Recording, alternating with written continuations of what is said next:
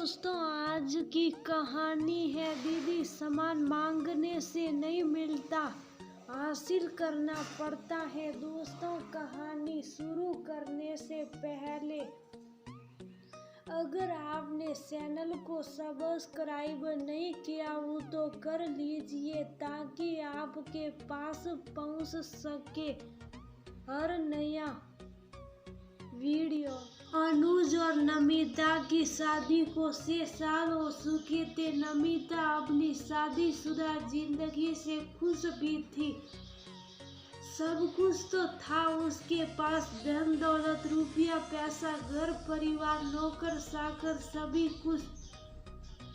पर कहीं ना कहीं उसे एक कमी हमेशा महसूस होती रहती। उसे वो मान सम्मान कभी न मिलता जिसकी वो हकदार थी। कहने को तो अनुज उससे बहुत प्यार करता था, पर प्यार काफी नहीं होता। किसी रिश्ते में थोड़ा सम्मान की साथ तो हर किसी को होती ही है।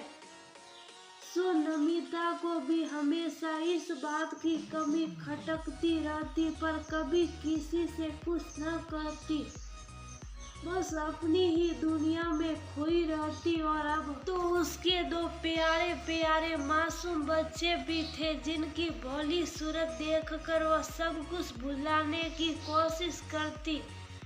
धीरे धीरे समय बीत रहा था। सारे घर के कामों की जिम्मेदारी उसी पर थी। ससुर जी थे नहीं, केवल सासू माँ ही थी। वो दिल की अच्छी थी, पर अपने बेटे के सामने उनकी भी नासकती थी। पर अक्सर नमिता को अनुज का ये व्यवहार सालता। आखिर क्या कमी कर दी मैंने? तन मन धन से पूर्ण रूप से समर्पित कर दिया खुद को, पर फिर भी हमेशा सबके सामने या फिर अकेले में भी क्यों एक भी मौका नहीं गंवाते मुझे जलील करने का? क्यों मुझे वो सम्मान नहीं देते जिसकी मैं भी हकदार हूँ? आखिर कब तक बर्दाश्त करूँ मैं भी? पर परिवार और बच्चों का मुंह देखकर खामोशी इख्तियार कर ली थी उसने। पर अनुज अपनी हरकतों से बाज नहीं आते थे। जब भी कोई काम उससे कुछ गलत हो जाता तो तुरंत तीखा प्रहार करते। आखिर तुम्हें कुछ ठीक से करना आता भी है या नहीं? तुम्हारे माँ बाप ने कुछ सिखाकर भेजा ही नहीं? उसके व्यंग्य बाण उसके कानों में शीशे की तरह प्रतीत होते, पर वह पत्थर बनी जमीन में धंस जाती और कुछ न बोलती, सिर्फ इसलिए कि उसका परिवार ना टूटे। जिंदगी ऐसे ही चल रही थी कि अचानक से एक दिन उसकी दीदी का आना हुआ उसके शहर।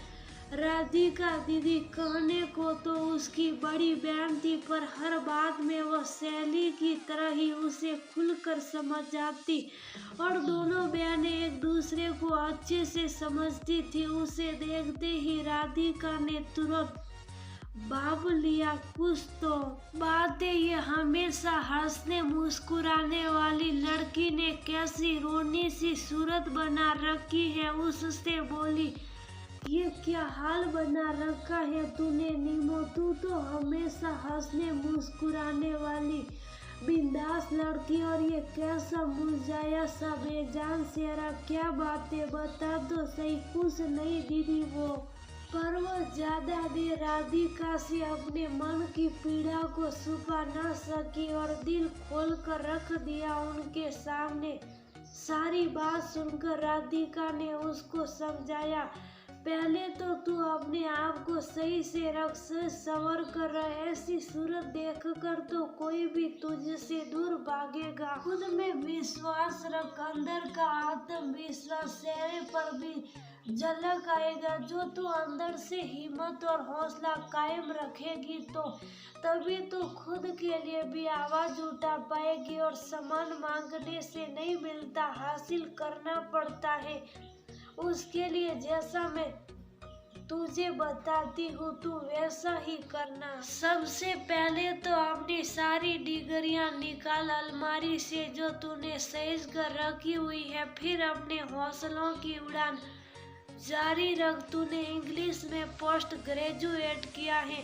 अब जो पढ़ाई तूने की है उसका इस्तेमाल कर और पहले खुद को सम्मान देना सीख, फिर दूसरों से उम्मीद कर। और अब जो तेरे बच्चे भी थोड़े बड़े हो गए, फिर खुद के लिए भी जीना सीख।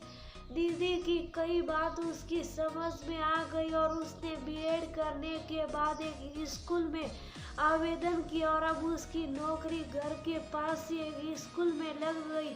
पहले तो अनुज ने बहुत विरोध किया, पर इस बार नमिता पीछे हटने वाली नहीं थी और इस सब में साथ दिया उसकी सास ने। वह जानती थी उसके लिए क्या जरूरी है।